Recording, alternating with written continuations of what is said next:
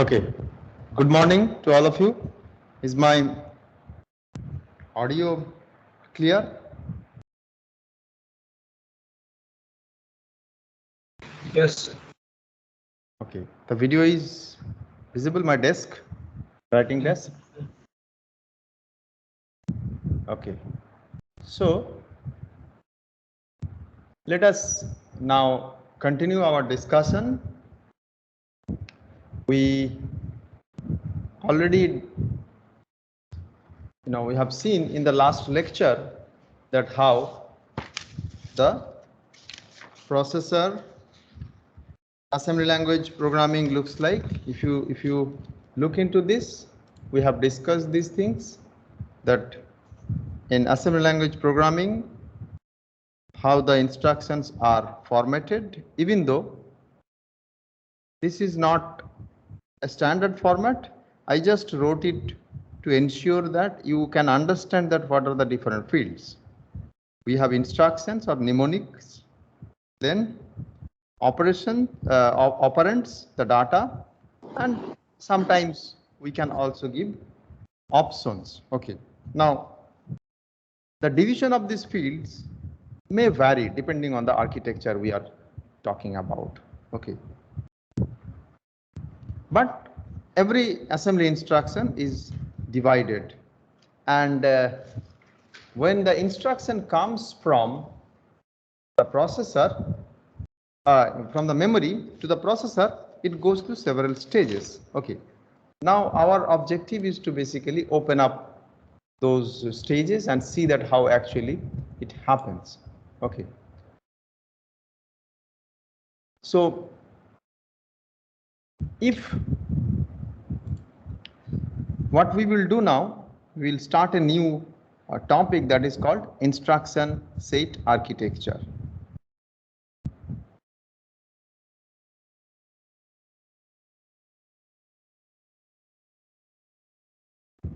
Instruction set architecture,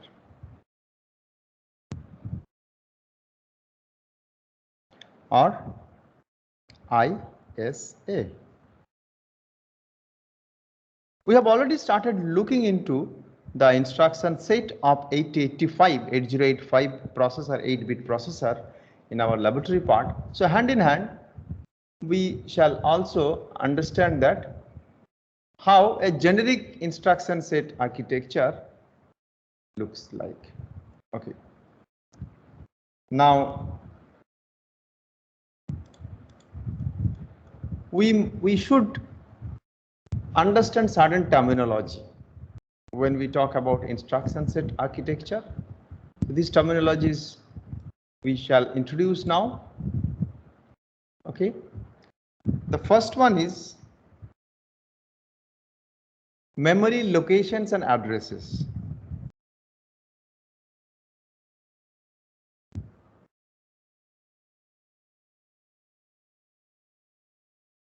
Memory locations and addresses.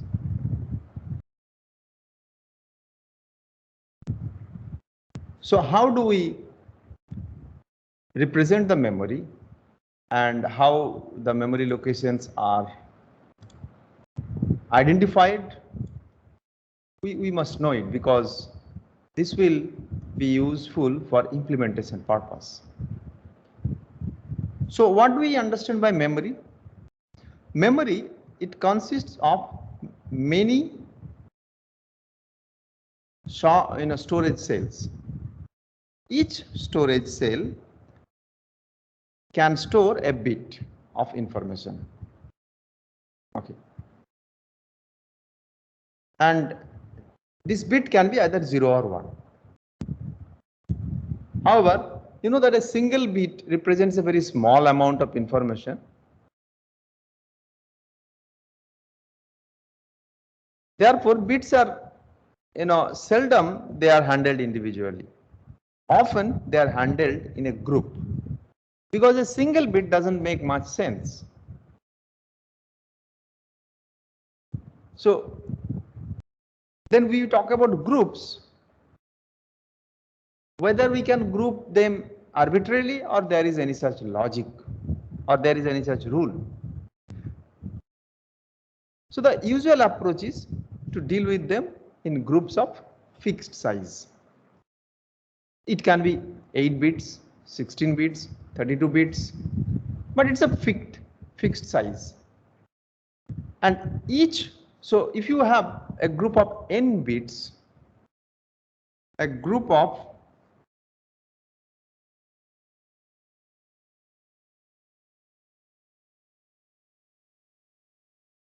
n bits can be stored or retrieved.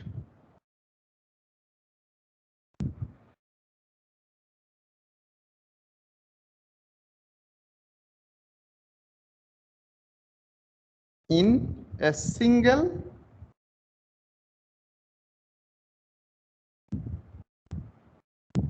basic operation.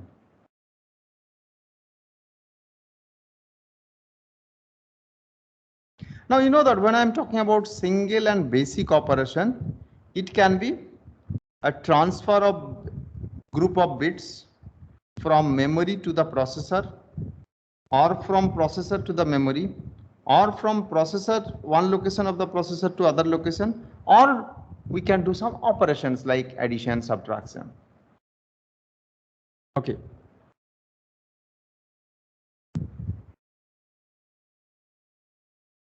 Now each group of n bits is referred to as a word of information. I have not decided what will be the n. We will see that this how n can vary. A group of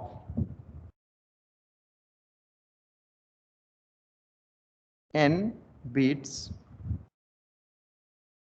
is referred to as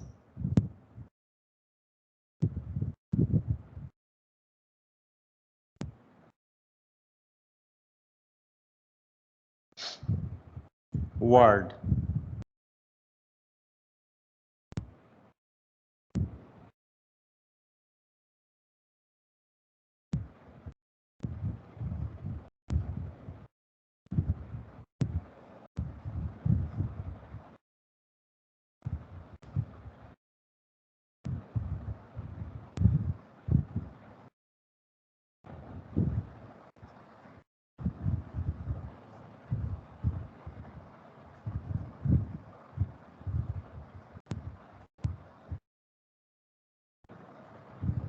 Something like that. So we have n bits such that each location can be 0 and 1. These consecutive n bits together is called as a word of information, and n is called word length.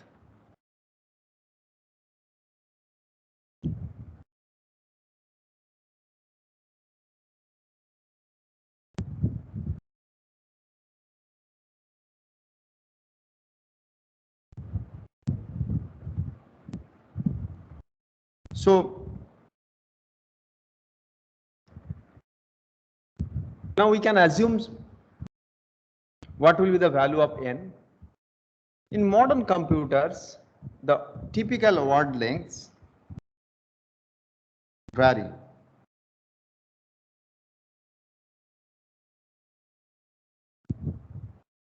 In modern computers,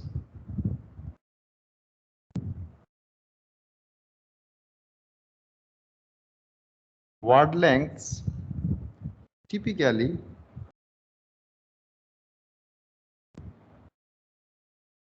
vary from 16 to 64 bits.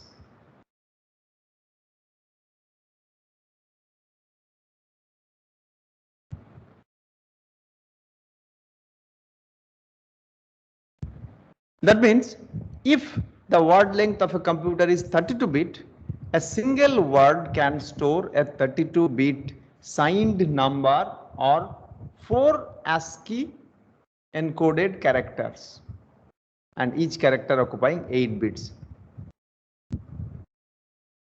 Assuming that if it is a it is a 32-bit word. If it is a 32-bit word, something like this.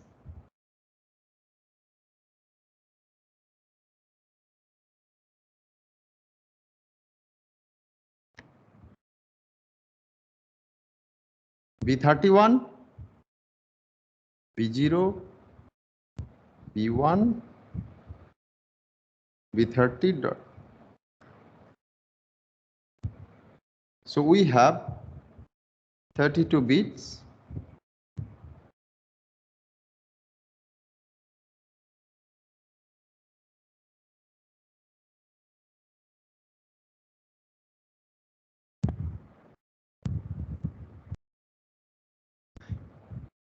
If it is now, this is if it is signed number representation 32-bit.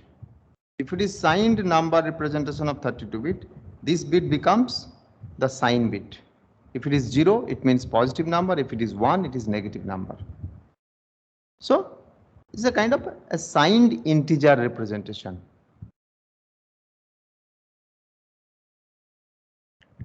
If we assume that integer takes 4 bytes, it's signed integer.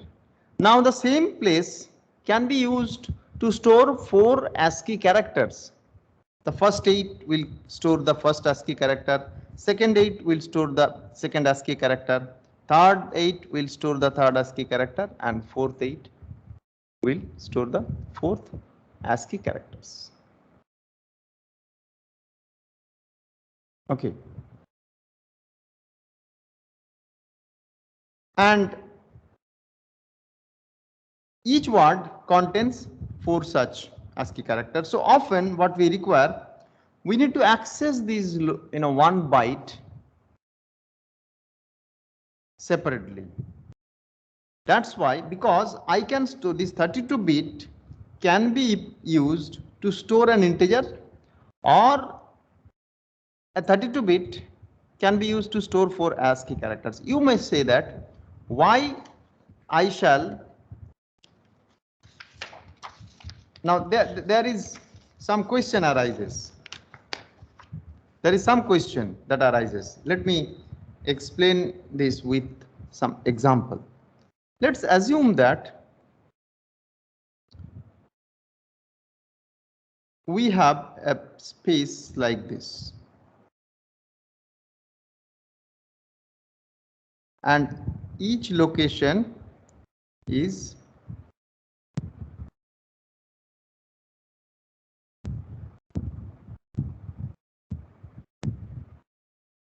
(32).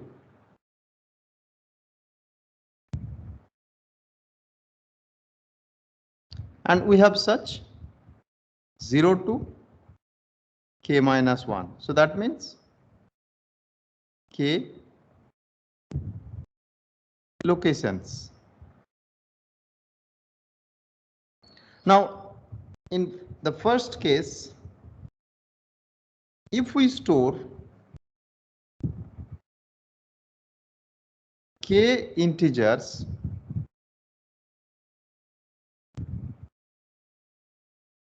into the above memory,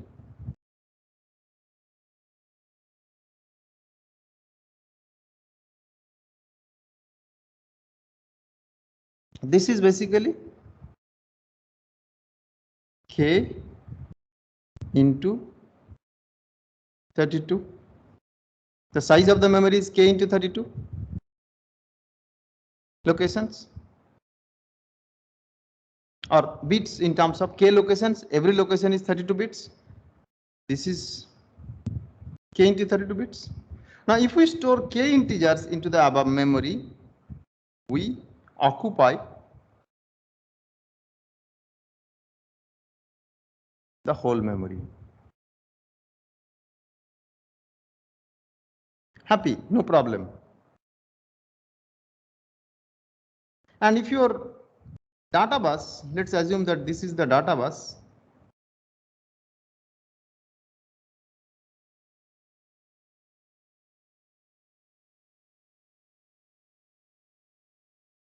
Which actually helps to transfer the data from memory to CPU. So this is memory. And let's assume that here we have CPU. So can someone tell me what will be the width of this data bus? 32 bit. 32 bits. It will be 32 bits. Now, if we store k integers into the above memory, we can occupy the whole space. There is no doubt on it. But let's assume that I am currently dealing with characters, ASCII characters. I do not want to handle integers into my program. I want to only deal with characters. And you want to store, say, k such characters into the memory. How you will store it?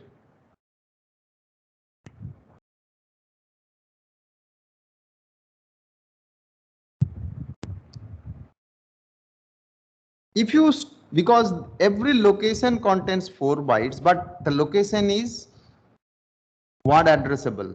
It is word addressable. When you address this,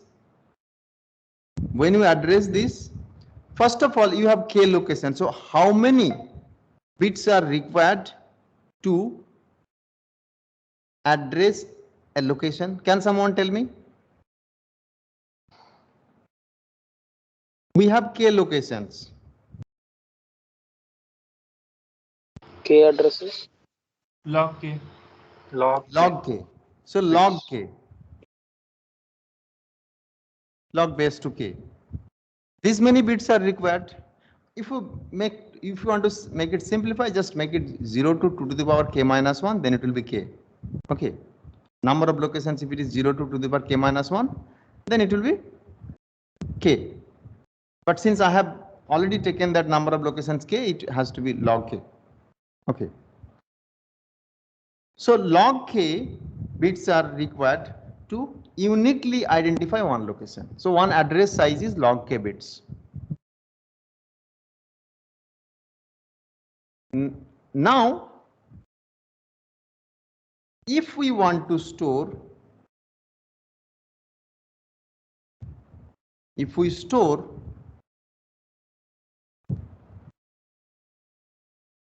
k ASCII characters,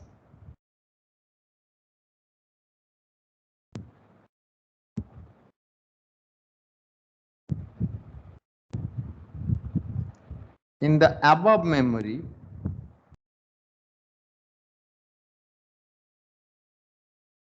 we do not utilize the memory fully, because memory is here, this is word addressable.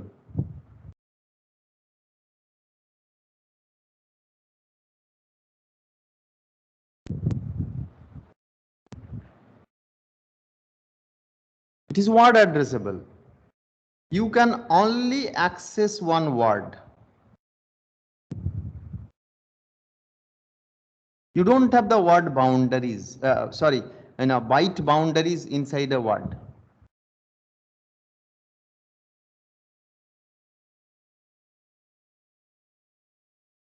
You get the whole word. But in your program, if you require only this particular, you will have to do it post-process it. After you bring the value, all 32 bits, you'll have to do a post-processing.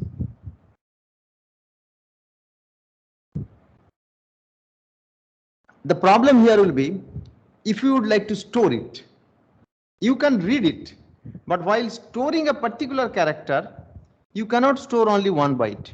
You'll have to store the whole 4 bytes. All 4 bytes. Now in that case, what will happen? This will be overwritten, this will be overwritten, this will be overwritten. Your original intention was to overwrite this.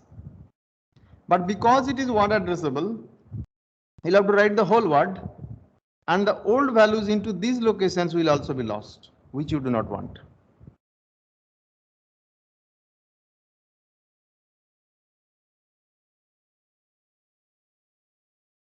That is the reason we do not want to lose this. So we actually convert this memory from word addressable to byte addressable. So we move to byte addressable.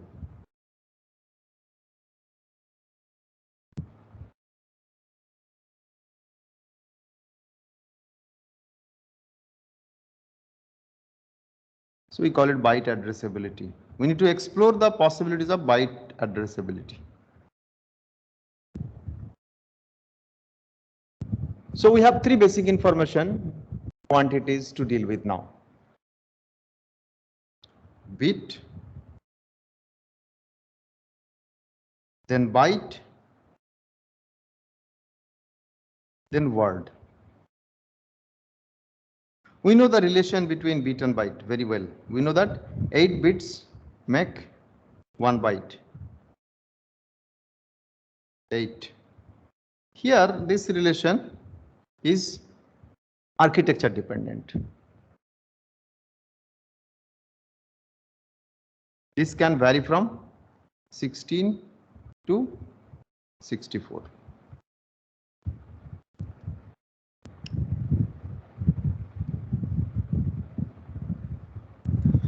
So the most practical assignment of these addresses refer to successive byte locations in the memory.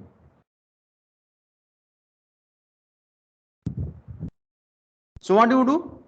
You address them not as word, you address them as bytes. Byte 0, byte 1, byte 2, byte 3. And since your architecture supports a particular type of word, you know that by combining which bytes you get the which word.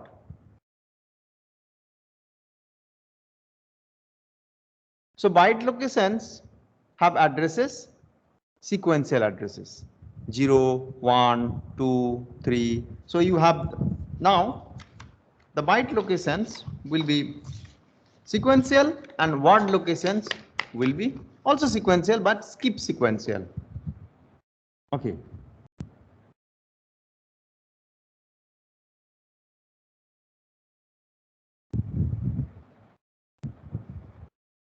Byte locations will be 0, 1, 2, 3, 4, and so on.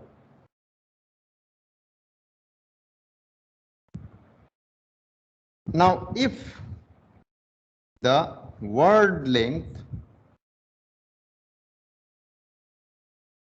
is 4 bytes in an architecture,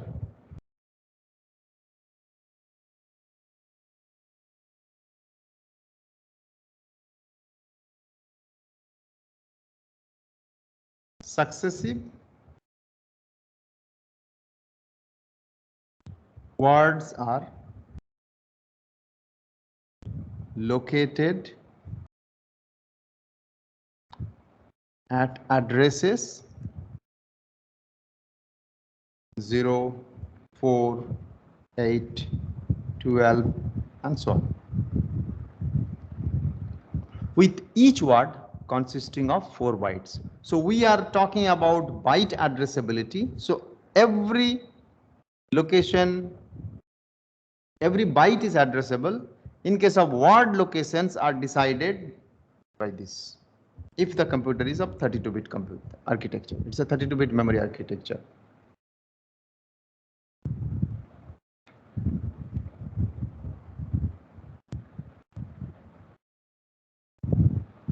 Now again, this arrangement can be done in 2 ways. How do we arrange them? bytes. There are two ways of arrangements.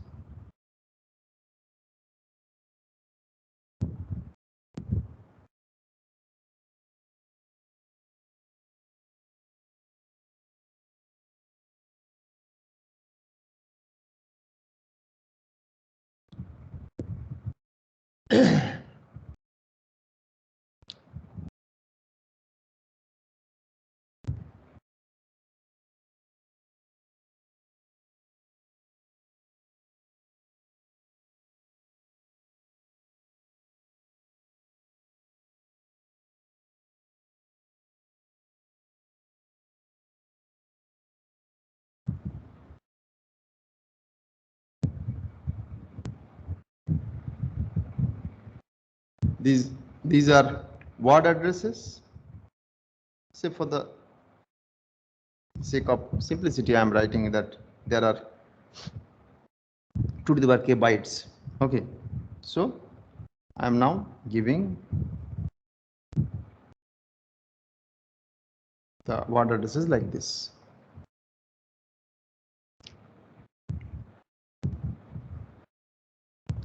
If it is big endian,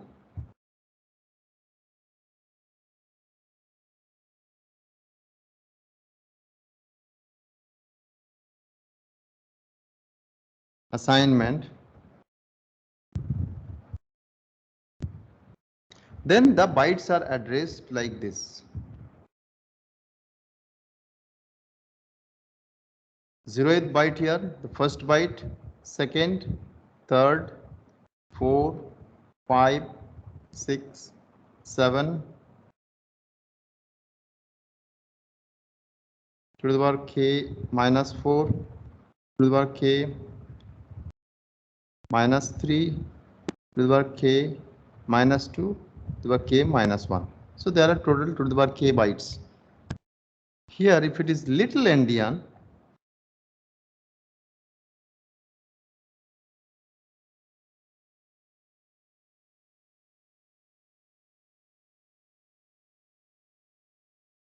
the assignments are opposite.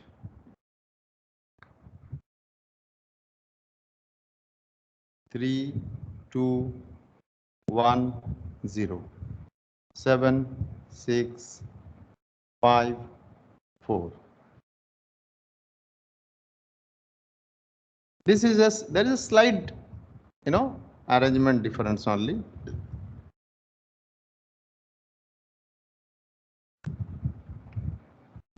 Both this memory, they store 2 to the power k bytes.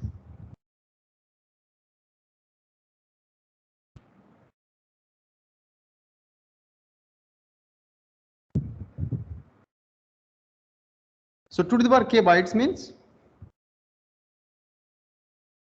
2 to the power k by 4 words.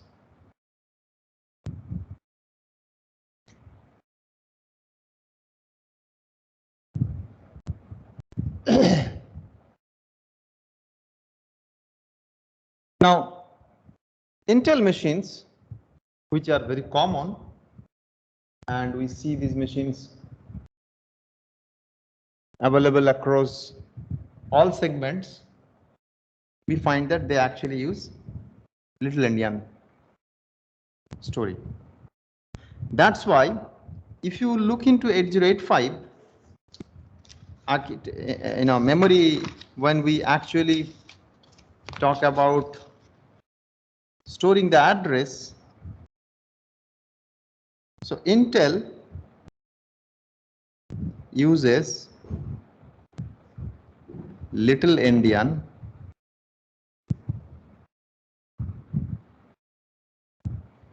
assignment. So probably if you observed when you might have observed when I was carrying out the experiment using the board, say LXI H, say 2000. This is the assembly code. Now what is the machine code? LXI is H equals to 21. And the next one is 1000H.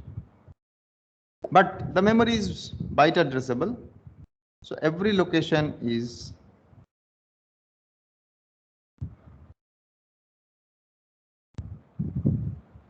a byte in case of 8085. If you have carefully observed the address, which is a 16-bit value, this is a 16-bit value.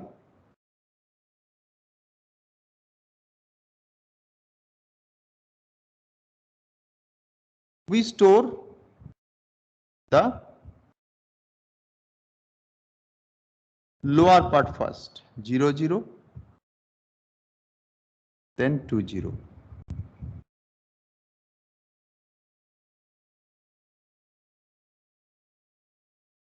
So this is where the little endian format comes.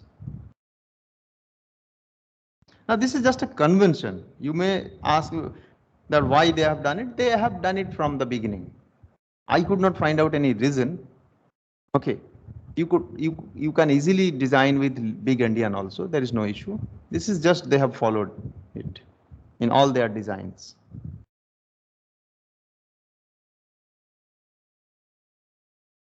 This little endian assignment, and they have been doing it since the evolution of their architecture from starting from 8085 to today's multi-core architecture, what we are dealing with. The 3 means more significant bit. Which one? Sir, when we address like 3 to 10, it means that third location will store more significant bits. Right. No, it's byte actually. It's byte. Okay, means left side stores more significant bits than right side. Right. Right. Okay. So you the have bytes also. no within bytes. It's not that. Within byte, it's not that. We are talking about within the bytes. They are same. But when we talk about multiple bytes to be arranged, they are arranged in first the most significant byte, then the next significant byte, then the next significant byte in order. But if you look into that memory addresses, you see this part.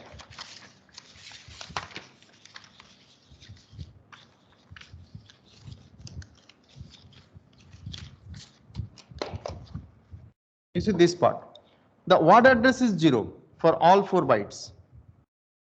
The word address is 0 for all 4 bytes. But the memory addresses are sequenced like this. This is the first byte, this is the second byte, this is the third byte, this is the fourth byte. Okay. Now, if I serialize this with respect to 8085, this becomes my first location, this becomes my second location, this becomes my third location, this is my fourth location. LXI H will come here, 00 will come here, 20 will come here. Okay. So that is what we are saying. So this is byte number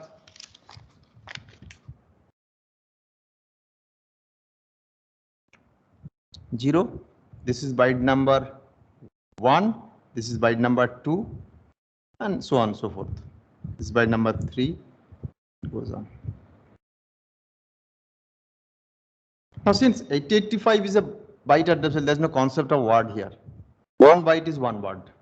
You don't get much, yes, understanding of this. But when we will see that 32-bit architecture or 16-bit architecture, we'll see that why it's more important. Here, basically, you are only accessing because your memory, your data bus is only 1 byte. Okay, so it can only transfer 1 byte at a time. You do not need to do any kind of management there itself. Whereas when you have the data bus with 32-bit, typical 32-bit architecture, we'll see that how this can actually create confusion unless we arrange them properly. Within a byte, it's same. I mean, within a byte, it's basically 0, 1, 2, 3 from right to left. Okay, it's already there. Little endian is already there. You know, I mean to say that when we represent a byte, so we have 8 locations. This is your MSB. This is your LSB.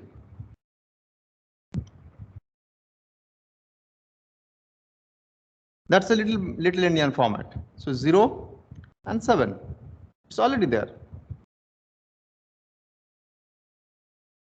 We store the least significant bit at bit number 0. We store, or rather, we assign the numbers as 0 to 7 accordingly from right to left. Then when we have to store numbers like 32-bit numbers, and when it is like little big endian system, then we separate it into bits and we arrange them separately. Right. We'll have to arrange it. Means we will first divide into like one byte part, and then we rearrange. And following from the means least significant bit we will place in the leftmost part, and then 8 bits we will reverse and arrange like that. Right. So you need to do that convert. That's why, see, because we are actually familiar with writing the list. You know, if I ask you, you write a number. What do you do? Say 478. 478. You write like this. Okay. So we start it from the most significant bit first and least significant bit next, last. These are convention of writing. Okay.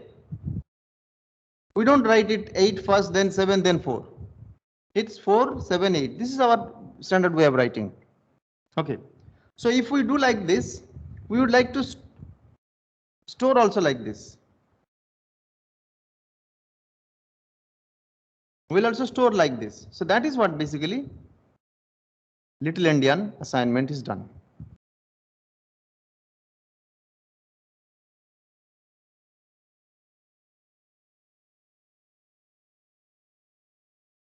Okay. Okay, sir.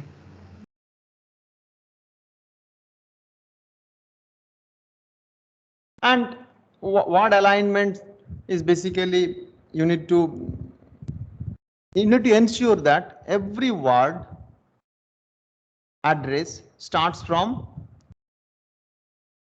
this location 0, 4, 8, 12, 16. We say that the word locations have aligned addresses if they begin at a byte address that is a multiple of number of bytes in a word.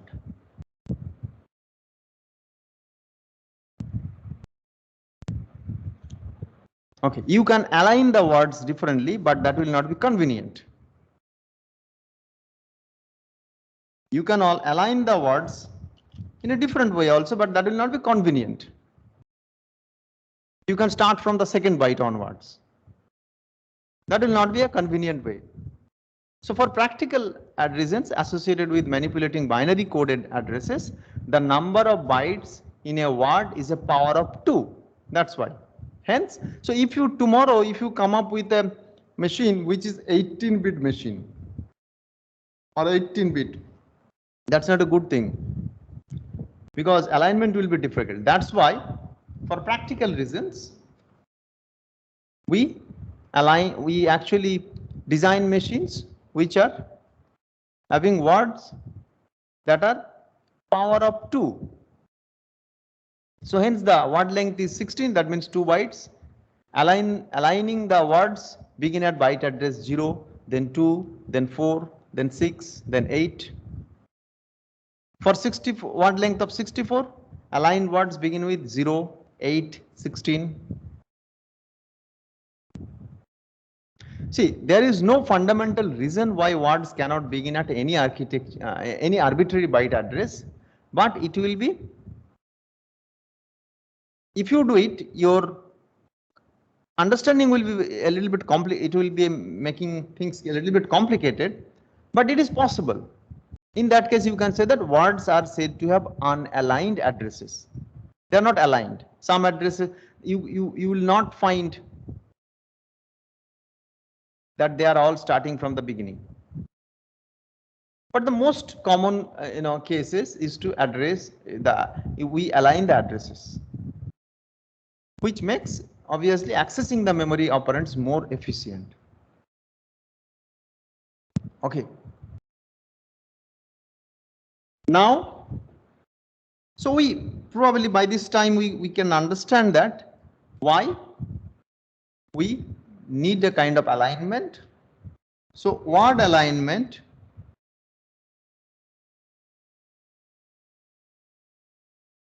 is not mandatory,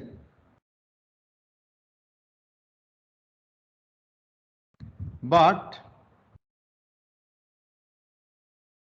an alignment certainly help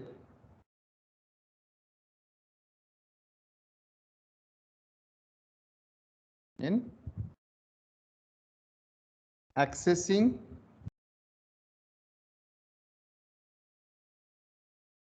the data or operands efficiently.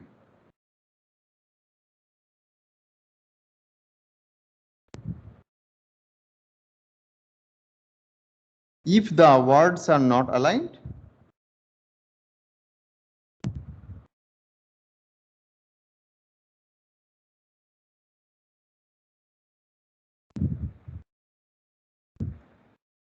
we can call them unaligned words.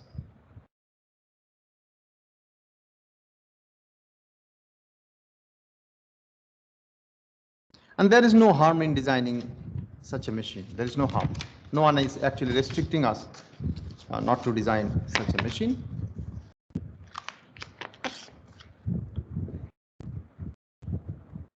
Okay.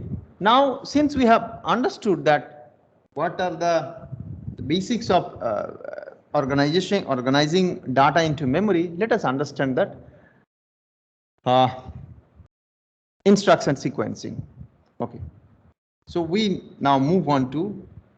Sir, Yes. can you see last page? Sorry. Can you scroll to last page once for 1 minute? Last page. Yes.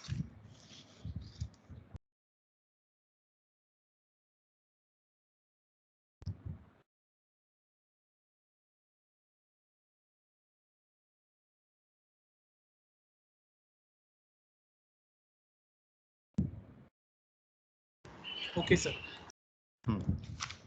Now, so we started with instruction set architecture. Instruction set architecture. So where we store the instructions in memory. We understood that how the instruction can be stored. Now we need to see that what are the possible ways these instructions can be written. Okay. What are the possible ways these instructions can be written? So we will now start a new subsection that's called instructions and instruction sequencing.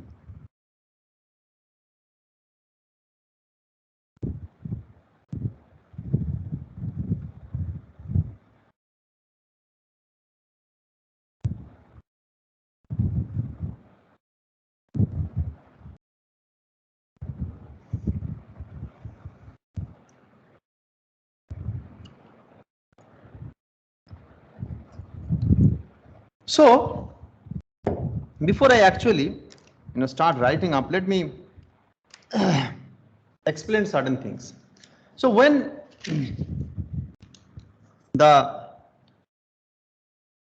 any task that is carried out by computer, we have already understood that it actually consists of a sequence of small steps.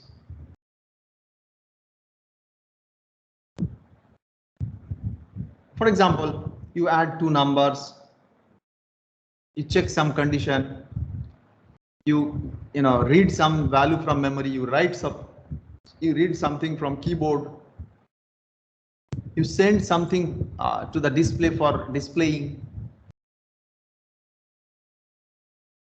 So a computer must have instructions capable of performing various operations, but there are 4 key operations which are primitive operations, and we want our computers to perform these 4 primitive operations.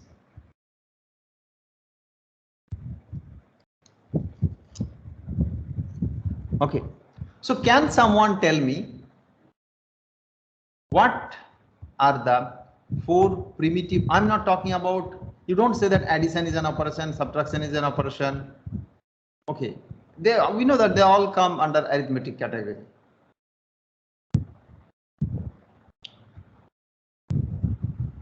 So can someone tell me what are the primitive operations that are needed by any computer to perform any complex task? Addition, subtraction. Someone, what you told? Addition, subtraction. Yes, sir. That's arithmetic operation. That's arithmetic and logic operation. That are, I can club them together. So arithmetic and logic operations. All arithmetic and logic operations. Arithmetic and logic operations include addition, subtraction, division, multiplication, then and or not, whatever other logical operations possible. Fetching data and writing to memory. Load store. Right. So the data transfer between memory and the processor registers. Okay. So this is one operation. Second operation is arithmetic and logic operations. Okay, good.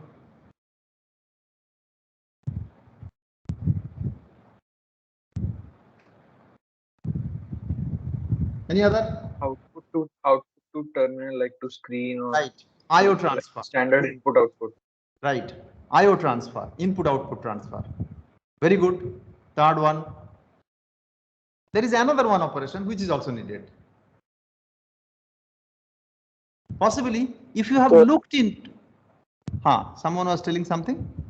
Storage. Storage we have already talked about, data transfer. Data transfer between memory and processor register. Storage is not a separate kind of operation. If you transfer the data, it will be stored there. So implicitly, when you talk about data transfer, it talks about storing.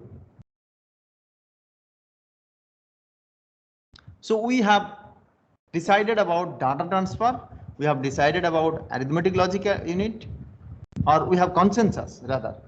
We have consensus on data transfer, we have consensus on arithmetic logic operations, we have consensus on IO transfers. What can be the other task?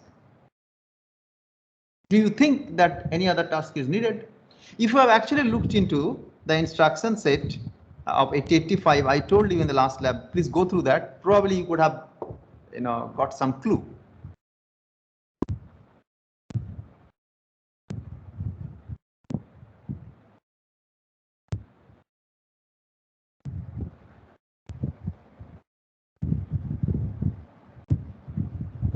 Anyone? Any guess? Control. Yes. Program sequencing and controls. Right. Very good. So program sequencing and control is another one aspect which we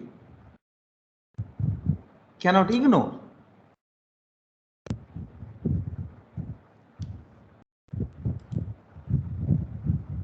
Correct. So program sequencing and control is extremely important. Like you are executing a program in one sequence, suddenly there is a requirement that you need to jump to another location, come back to this location, call a subroutine, return from the subroutine. An interrupt happens, a software, I was talking about signals in yesterday's lab. So you need to transfer the control from current program to the other program. So this is the fourth operation. So if I list down these, a computer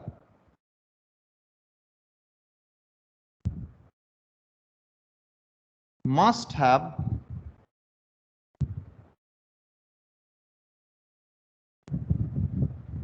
instructions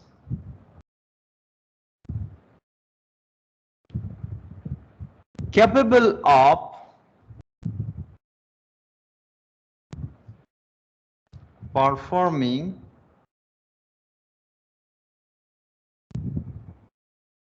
four basic types of operations.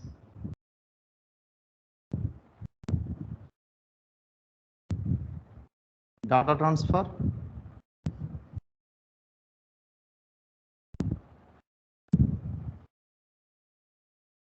arithmetic,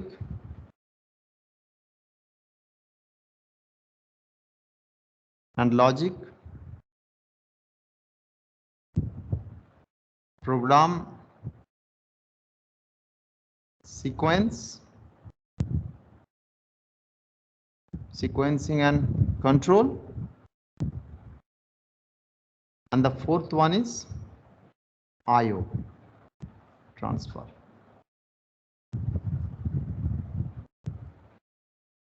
So we are talking about instruction set architecture. So we decide the instructions and then we go for the architecture. So when we decide the instructions, we must include instructions in each category, because that is the requirement if we want to make a complete,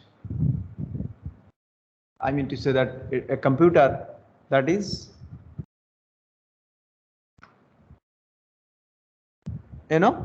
generic in nature or which can be used.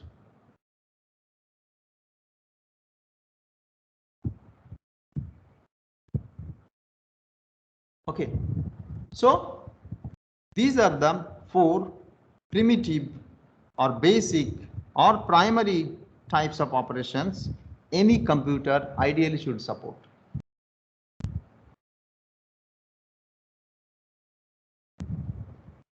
Okay, now before we actually go into the instructions, we must know some types of notations here. Okay, here we talk about, so when you talk about these operations, how do we represent symbolically these operations? There are notations, that is register, transfer notation or RTN. Also we have assembly language notations that we will come. That is what we are learning actually in lab also. So most of the time we identify these locations with symbolically with convenient names.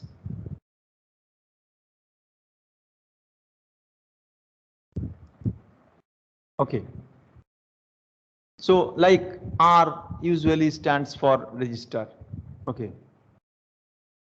Then location, data, there are certain keywords which are very often used. Okay, so some examples of RTNs are like this. If we write like this, R2 is like this. That means that if a notation is like this, so observe that left hand side, the destination is always without third bracket. Okay, source is within the third bracket. Okay, this is the transfer direction from source to destination. This is the transfer direction. Source is within the third bracket, destination is free. It means this is not a register, this is a location, memory location, and within the third bracket when we put its value, that value go assigned to one register. Okay. Similarly, for a typical arithmetic operation, we can do like this. R3 equals to R1 plus R2. This is one source, this is another source, this is destination. This type of notation is known as register transfer notation. So you note that the right hand side of an RTN expression always denotes a value, and the left hand side is the name of a location where the value is placed. So it actually overrides the old content of the location. So somebody was, on the other day asking that when we basically move, what happens? So in computer jargon, the words transfer and move are commonly used to mean copy. Okay. So transferring data from a source location to a destination location B means that the contents of location A are read and then written into the B. In this operation, only the contents of the destination will change. The contents of the source will stay the same. That's why it's copy. It's a copy operation. Even though we call it move or transfer, usually what I say, you transfer my luggage from X location to Y location. What happens? The transfer is no more in my X location. It goes to the Y location. But in computer jargon, this transfer and move, they are copying. They literally mean, they literally do not mean that transferring the or erasing the source. Rather, it is copying. So this we must remember. Okay. Now this is RTN, but we do not write our programs in RTN notations. Rather, we write our program in assembly language notations.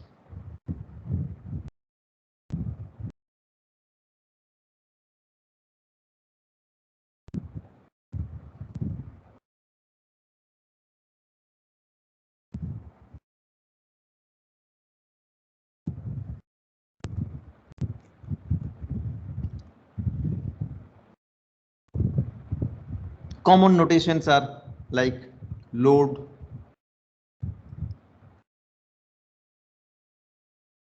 say R2, and location. You have add,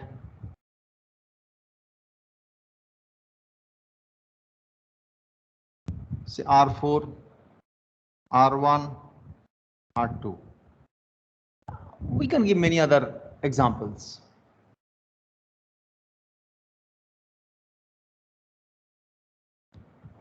And many more. You will learn these, instructions particular to which are specific to a particular architecture, so that sometimes we need to remember. We may not remember all the instructions for all architectures available, but couple of them you can easily remember it. These are not very difficult to work with. Obviously, these names can change. There is no standardization that you'll have to write it L capital, O capital. In books you will find that L is capital, then O is small, A is small, D is small.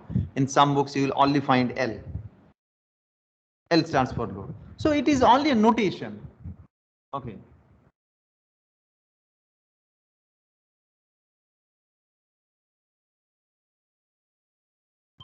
It is only a notation. And these notations are only meaningful when you know that what these notations actually perform. If I remove it by XYZ also, it doesn't matter. We gave a name load just to ensure that by reading out this, user can understand that what this instruction possibly tries to do. That's it. Nothing else, nothing less, nothing more. That's why across the architectures, these names can slightly change, slightly vary. There is no need to worry about that. Even if I ask you to write a program in assembly language in your examination, you can clearly write down that I have assumed this is that, this is that. There is no harm in, subject to the condition that you'll have to be consistent. You should not mix it up. So if you come up with the new notations, that's fine. You write down that this is your notation. There is no harm that if you change these things. Okay. Now actually we shall go into the actual instruction sets. Okay.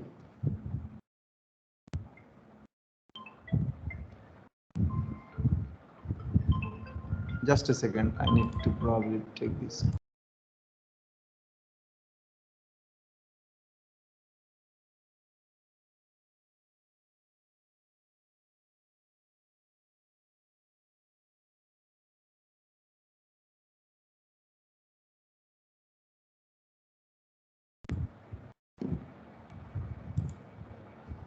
Okay, so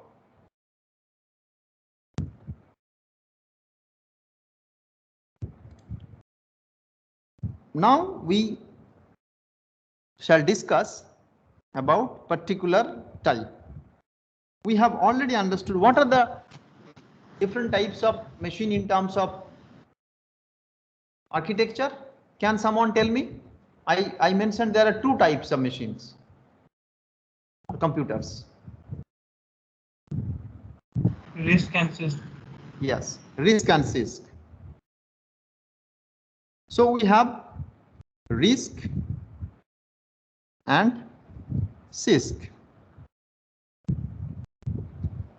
And for RISC machines and for CISC machines, there are slight variations in the instruction sets. So we shall parallelly learn both. Okay. RISC and CISC sets. I shall start with RISC sets. CISC set, actually you are learning it in your lab. Whatever you are doing it in 8085, that's a typical CISC based instruction set. So we primarily focus in the theory part in the RISC, and the lab as usual you are learning the CISC part. So there is no need to specially give attention to the CISC style instructions. You will anyway learn those things in the laboratory. We shall also, come with advanced CISC instructions, but for the time being, let us focus on RISC. Okay, RISC stands for Reduced Instruction Set Computers.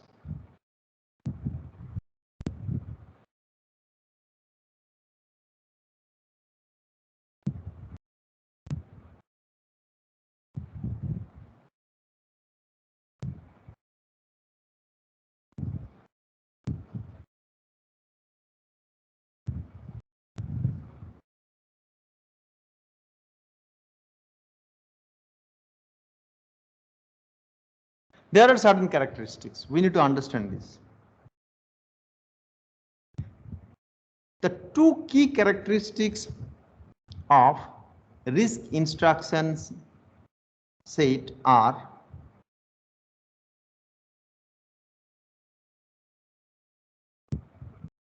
each instruction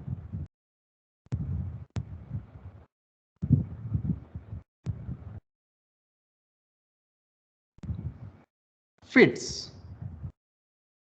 in a single word.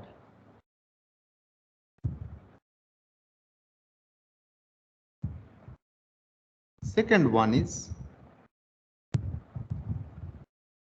a load store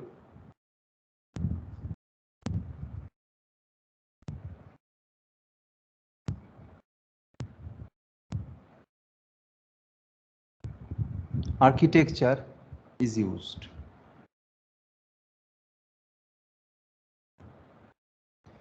it will take some time to understand what do we mean by load store architecture. The point is, in case of CISC also, it uses load store, but there is a slight difference. What is that? In case of load store, memory operands are addressed only using a load instructions. You will have to be careful here. The memory operations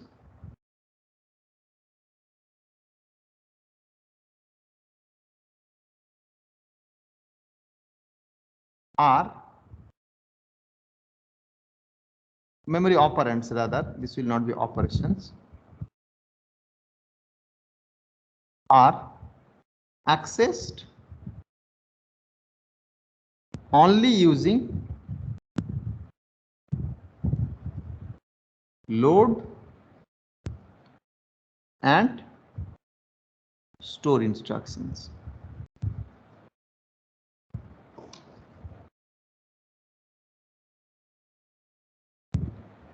The second part is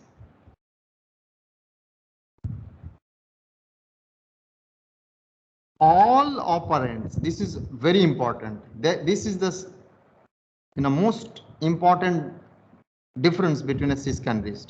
All operands are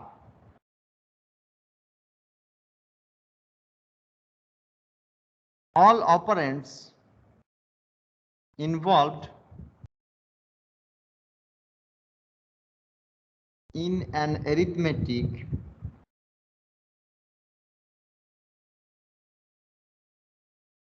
or logic operation must either be in processor, register, or one of the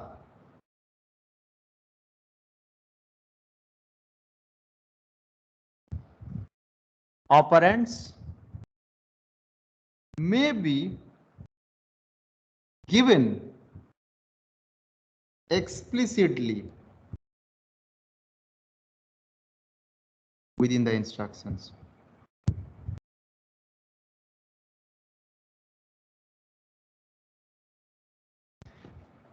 The second part is very important. This is simple. Memory operands are accessed only using load and store. So if you would like to bring something for operation and those values are memory, you need to bring it through load and store instructions. The same instruction is also available in CISC. This is also available in CISC.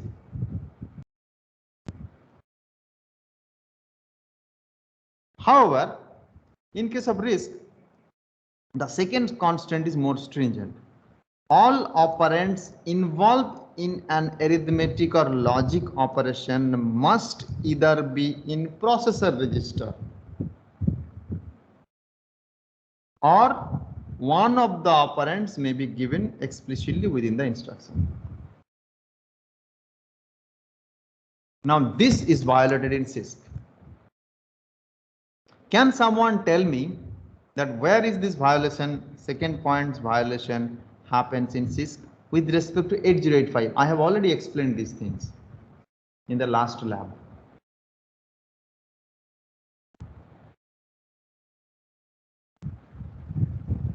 An example of a CISC instruction that we have discussed in the lab which violates this feature of the RISC. So you cannot explicitly give, I guess. You cannot? So we cannot explicitly give one of the operands. No, that's what I'm saying. You give an example. Give an example of an instruction that you must have already looked into 8085 instruction which violates this. That's what I'm asking you. Give me an example.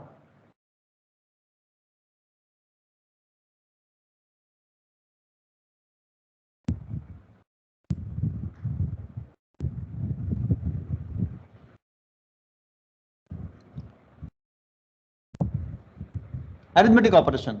I'm giving clue. The operands. What do you mean by operand?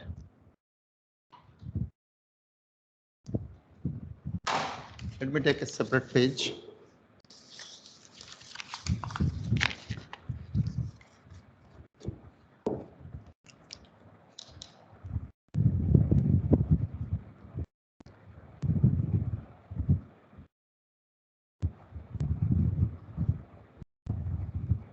Operation.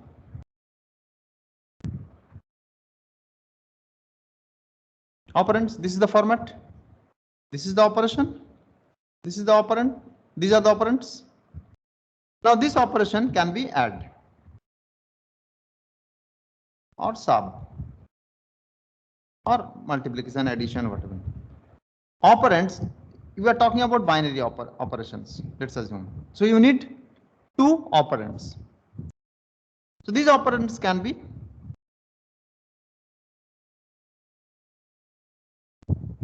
registers or explicit values.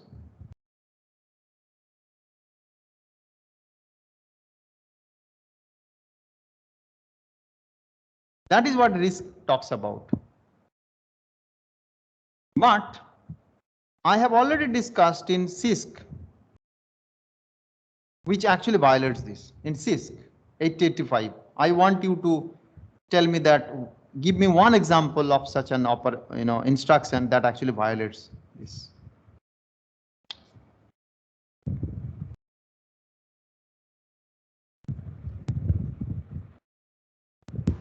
Using accumulators. Give me the instruction. Tell me the instruction. Tell me the instruction which violates this.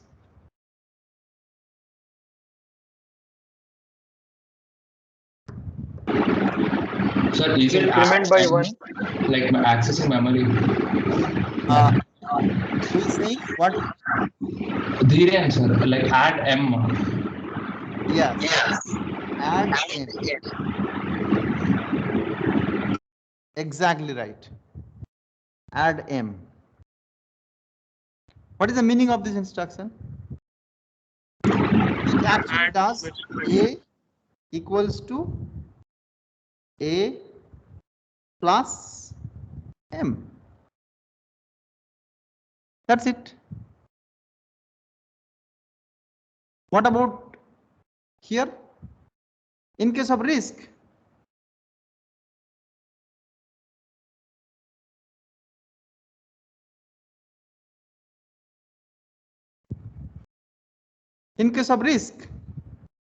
we only know that these add operations can be performed on the operands which are either in registers or explicit values are given. That means if an instruction is like this, add B, that is perfect. If an instruction is like this,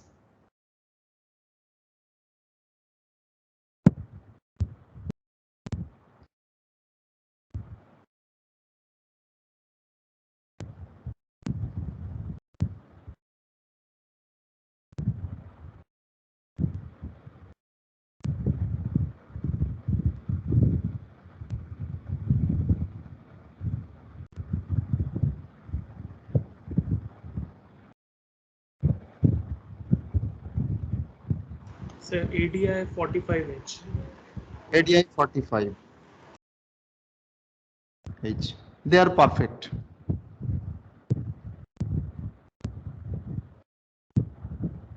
But whenever my one of the operands is in memory, in this case it is in memory.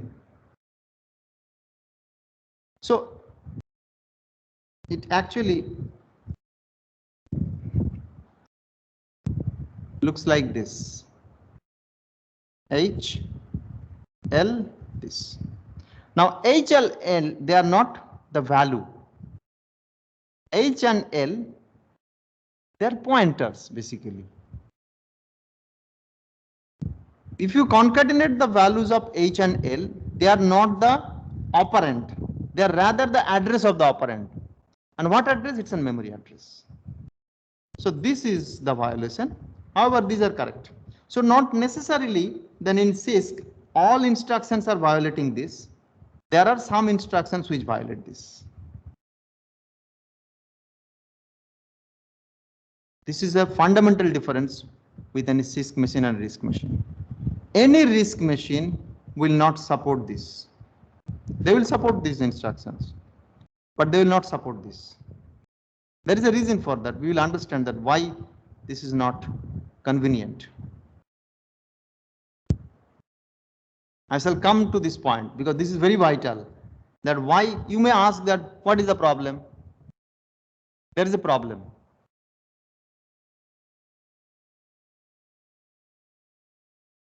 It will unnecessarily complicate the architecture.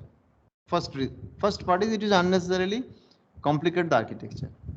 RISC is a simple, that's why its name, reduced instruction set computer. This is complex instruction set computer. In case of RISC, all instructions are very simple. In case of CISC, the instructions are rather complex, can be complex. It's not necessarily that all instructions are complex. Some instructions can be complex, and to accommodate them, our whole architecture becomes complex. Then why do we go for it? Even if it is complex, it performs the operation efficiently. If the same task is done in CISC, it can be done quickly rather than RISC. Because a complex task can be performed here in one step, whereas a same complex task should be performed here using multiple steps. That's why RISC machines may take time to do the same job, because they will first break the problem into easier problems and then solve it. In that case, the design of the processor becomes easy,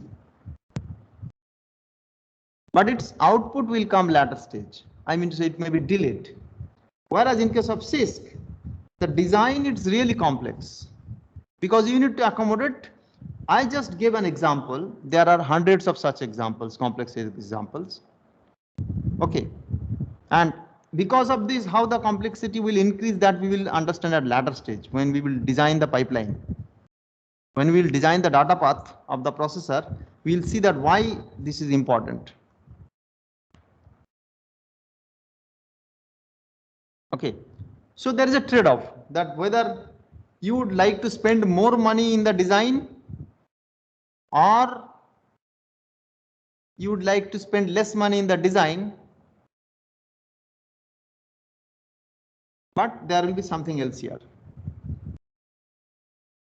See, both the computers should be used to solve the same problem. You cannot say that I have a mathematical problem today which can be solved by CISC machines and it cannot be solved by RISC machines. That is not a market strategy.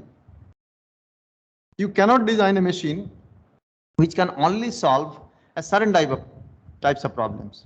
Every machine should solve every problem, whether it is designed using CISC principle or RISC principle. Then the catch here is that if you design with CISC, you spend more money during the design, whereas if you design with RISC, you spend more money on resources, hardware resources here. You spend more money on hardware resources. You spend more money on the analysis. What do you mean by hardware resources? Can someone guess? This is just a wild guess that why I am saying that you need to spend more money in hardware here, rather more money in analysis here or design here. So design is something different and hardware is something different. Hardware means physical quantity of the hardware. Design means our intellectual property, that how good this design is. So can someone tell me, if both the machines actually try to solve the same problem, why this is costly at one stage and why this is costly at other stage.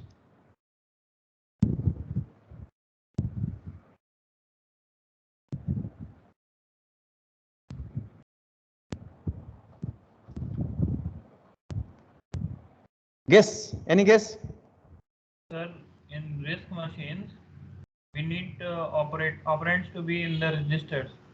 So I guess we might need more registers, and whereas in CISC machines we can directly do operations from memory, so it might cost less from hardware perspective.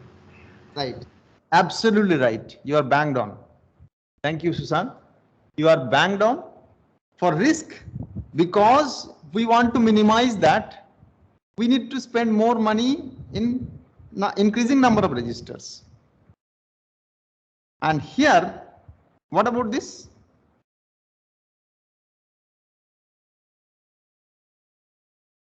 From memory, we can directly load instructions. No, So means why operands. the design is costly here?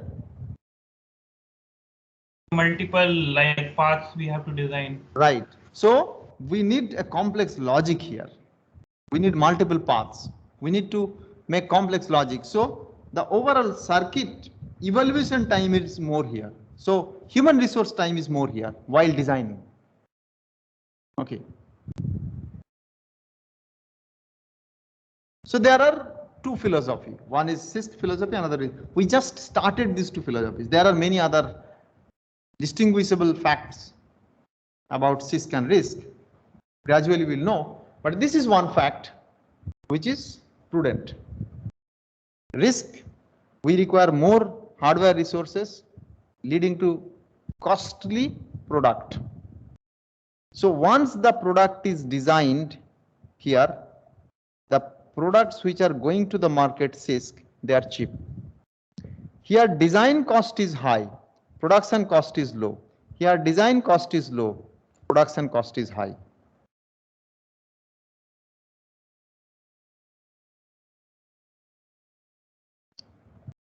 Probably that is the reason Intel spends more money in design and their chips are relatively cheap. Whereas chips which are used by RISC architecture, they are very expensive.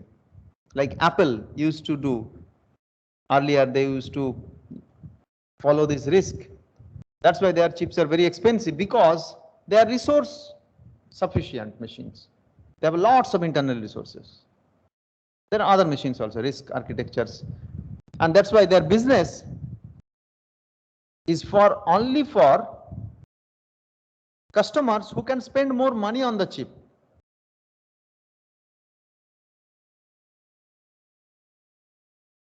Because they have spent lesser amount of time in the design. The design is very simple. But both the processors solve the same problem.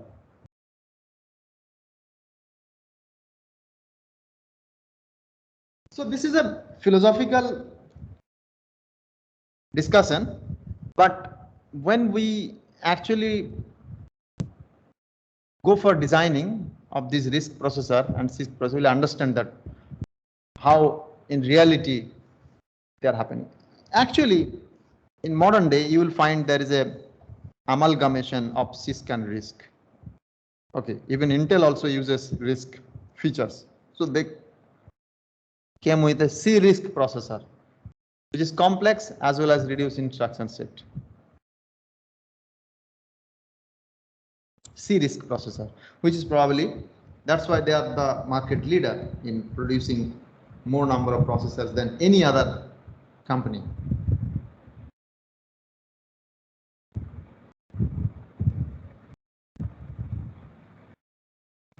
Okay, so let me understand from all of you up to this point whatever I have discussed. I'll give a 3-4 minutes break for discussions only, just to get your opinion, any doubt, anything about what I have discussed today before I proceed further.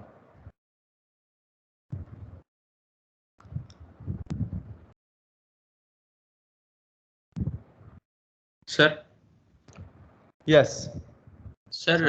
if add M is directly not possible in RISC, so how is it being done? Good question. Any answer from your friends? Load add- M into this register. So like Hertz, you have Hertz written. is saying that load the operand to the register first and then do it. Very good. It's a simple solution.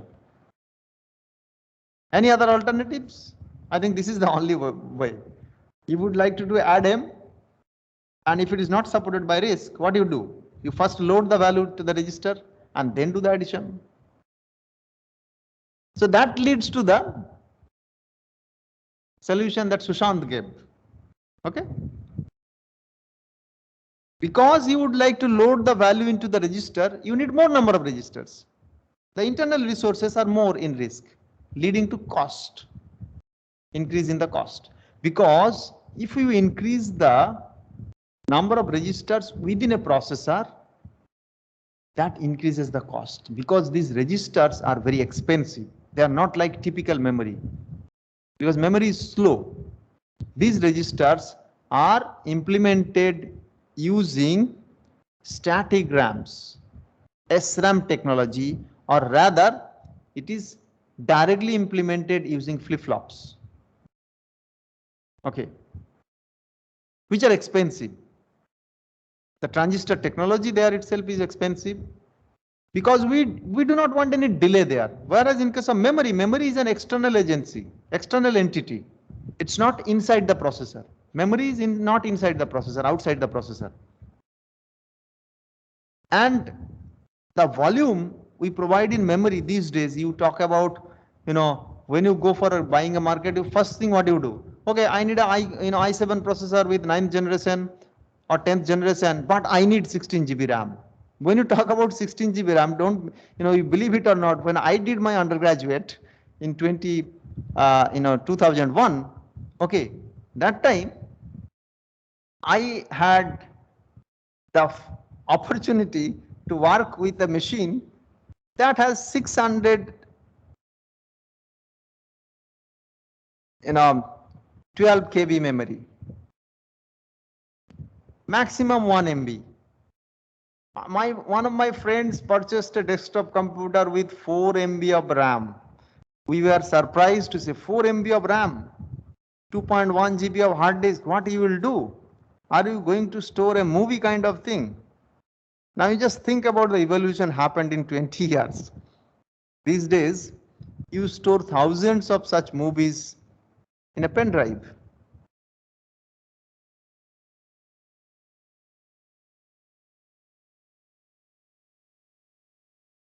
We used to have 1.44 MB floppy disk. I don't know how many of you have actually, have the opportunity to see those floppy disks, which are magnetic disks.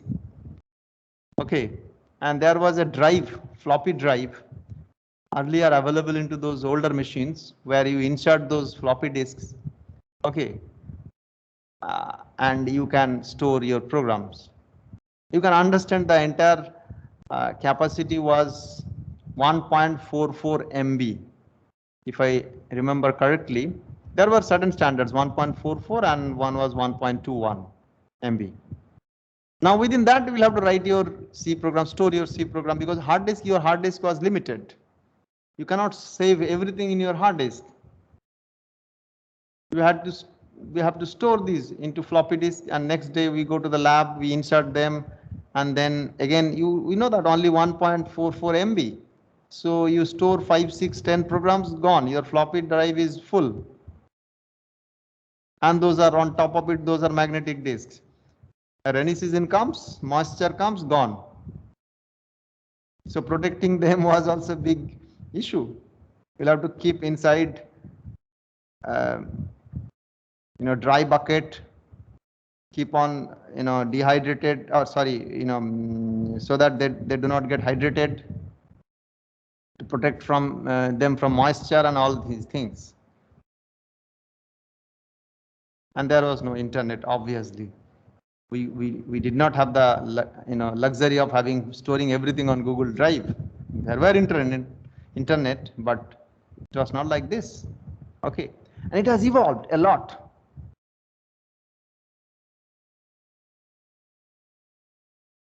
So why I'm saying this, the memory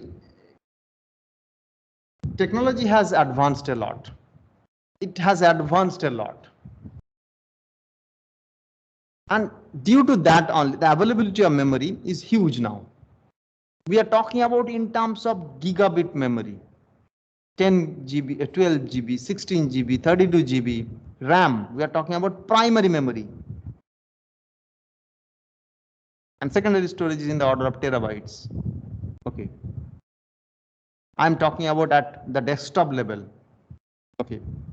So when you buy a desktop computer, you go for these simple specifications.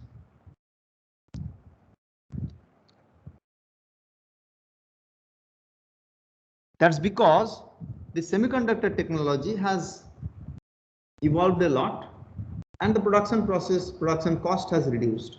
However, the internal, when we talk about inside the processor, the cost has not significantly reduced. The number of registers Intel offers today has not drastically improved. They have improved it. I mean to say that you cannot compare with 8085. 8085 was only a laboratory machine which was used only for laboratory purpose.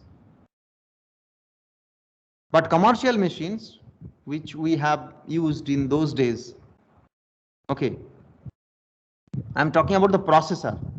Those processors, in my opinion, their width have changed, maybe 32-bit to 64-bit or 16-bit to 32-bit to 64 bits. But now in terms of number of registers, I don't see much improvement, maybe double the size. Number of registers were earlier 8, now it is 16, or even the same 8, they have extended because the processor has extended from 16-bit to 32-bit to 64-bit. So all the registers which were earlier 16-bit, now they became 32-bit and 64 bits. But number of registers are more or less same. What is the reason? Because these registers inside the CISC processors, what they tend to do, they're costly.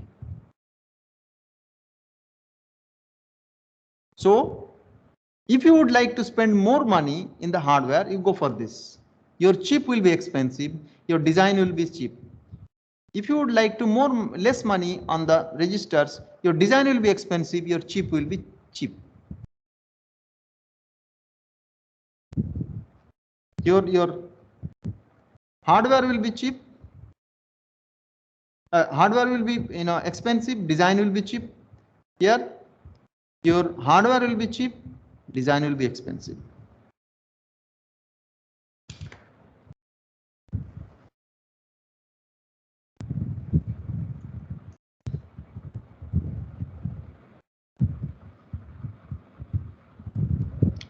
So we actually talked about the second point. First point, if you look, each instruction fits in a single word. It has a meaning also.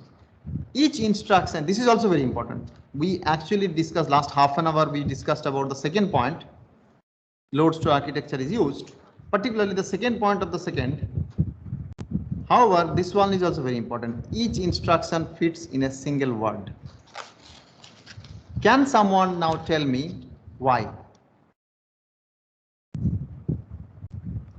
If my instruction is not fitting into a single word, what can be the disadvantage for a typical RISC machine, for any architecture? And RISC prefers that the instruction should fit into a single word.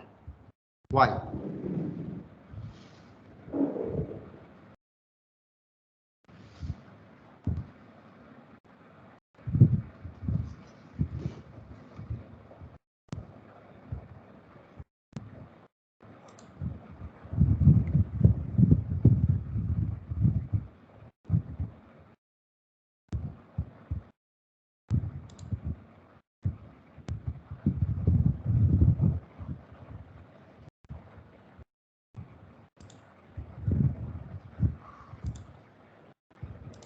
Guys, I want an answer.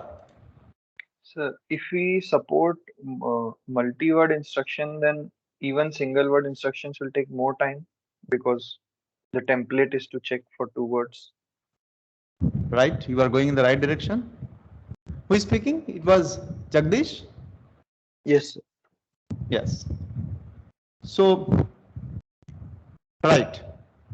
That means if your instruction is spanned over multiple words, you need to bring multiple words from memory to the processor.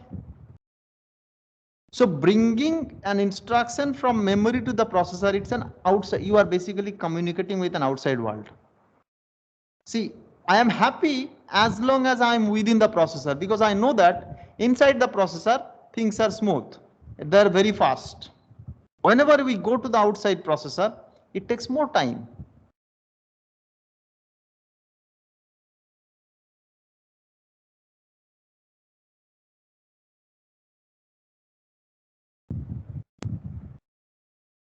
Okay. So our intention is always to keep the interactions between the processor and memory as small as possible.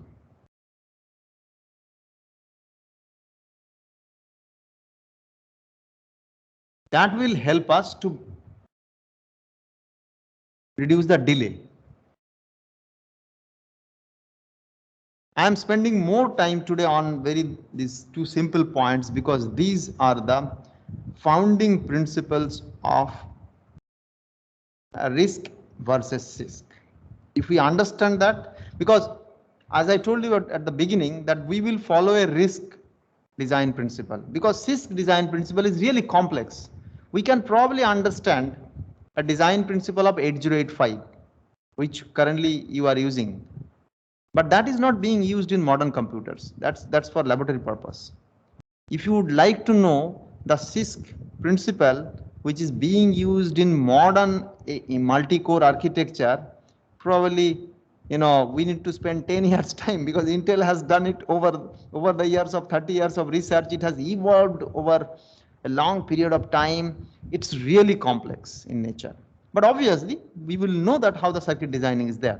But using CISC, if you would like to design a complete processor, it will take maybe 6 years time for a class like this.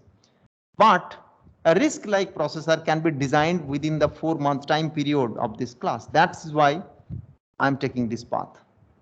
Because I want that at the end of this course, all of you must be able to design a basic 32-bit RISC processor, which you can sell it. You can give it to anyone. Okay, this is my RISC processor, and I am sure that this is going to work.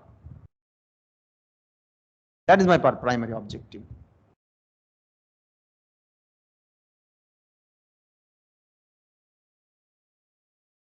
Okay.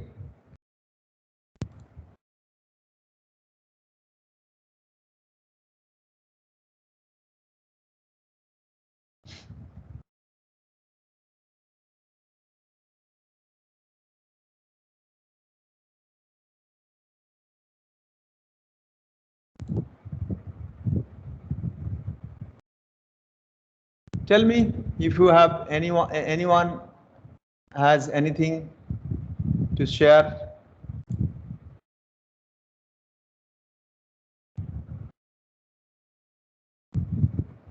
Sir, when we give instruction in RISC with operands, means that instruction and operand 2 should fit in one word. Yes, right. Means that we cannot have operand occupy the whole word.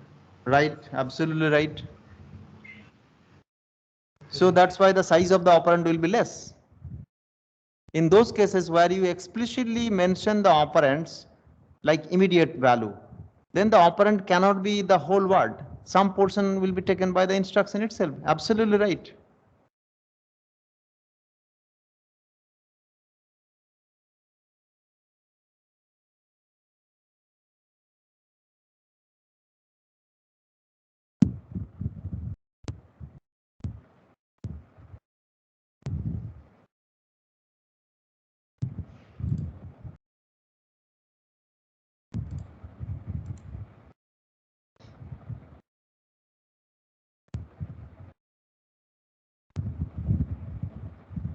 Anyone? Any other opinion? Any doubt? Anything?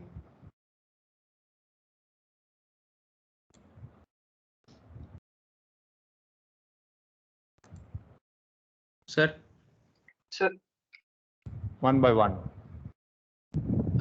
sir, in CISC, since the instructions are not, it's not mandatory to store them in one word. So the instructions are spread across the different words. So to Right. store those instructions, more hardware needs to be required as compared to RISC. It's not more hardware. In one way, you can say that you require multiple transfers. Okay, because the instruction length will vary. Sometimes 1 byte, sometimes 2 bytes, sometimes 3 bytes, sometimes 6 bytes. So you need multiple transfer of data from the memory to the processor. If you talk about the hardware, yeah, destination register, you cannot change the size of the destination register. You require multiple, temporary registers to hold it. That's correct. Yeah. sir, I have a doubt unrelated to today's class, but when we were doing the first task, processes would have 100% CPU usage, but the time spent would be like 5% user, 5% kernel, 90% idle. So why it is having 100% CPU usage but 90% idle? 90% idle, it means it was doing the switching operation. Okay, so basically it's a multi-programming environment. Okay, in the multi-programming environment, it takes more time if you do context switching, frequently.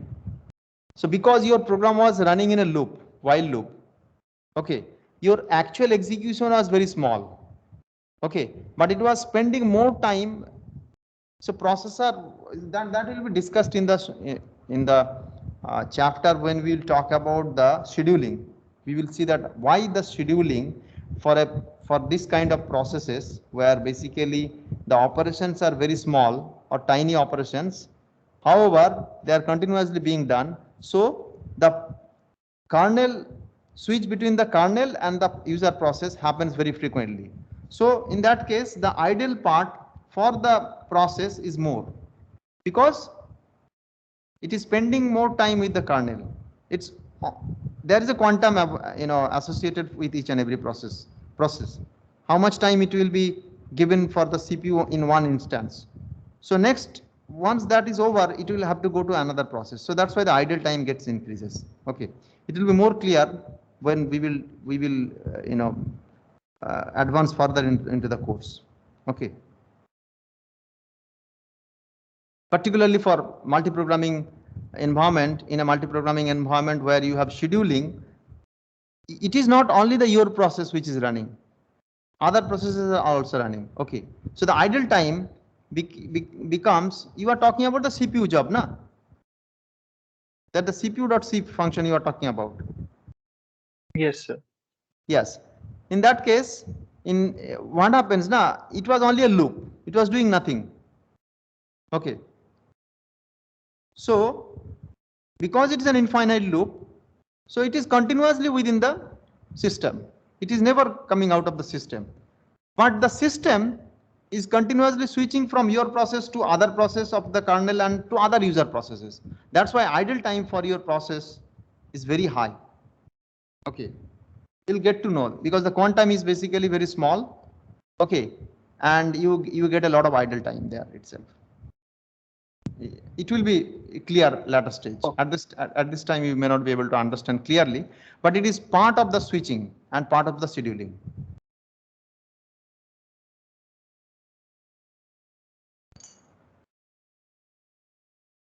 Okay, so that's it for today. I hope that you have a class from 11 o'clock, or even though it's not there, we are 2 hours. You may be you're already occupied fully your brain. Just give 5 minutes rest and then go for the next class. Okay, thank you. You have any other doubt, anything we can discuss in the next class? You can note down those questions which you cannot ask today, or if you did not get the answers today, we can discuss in the next class also.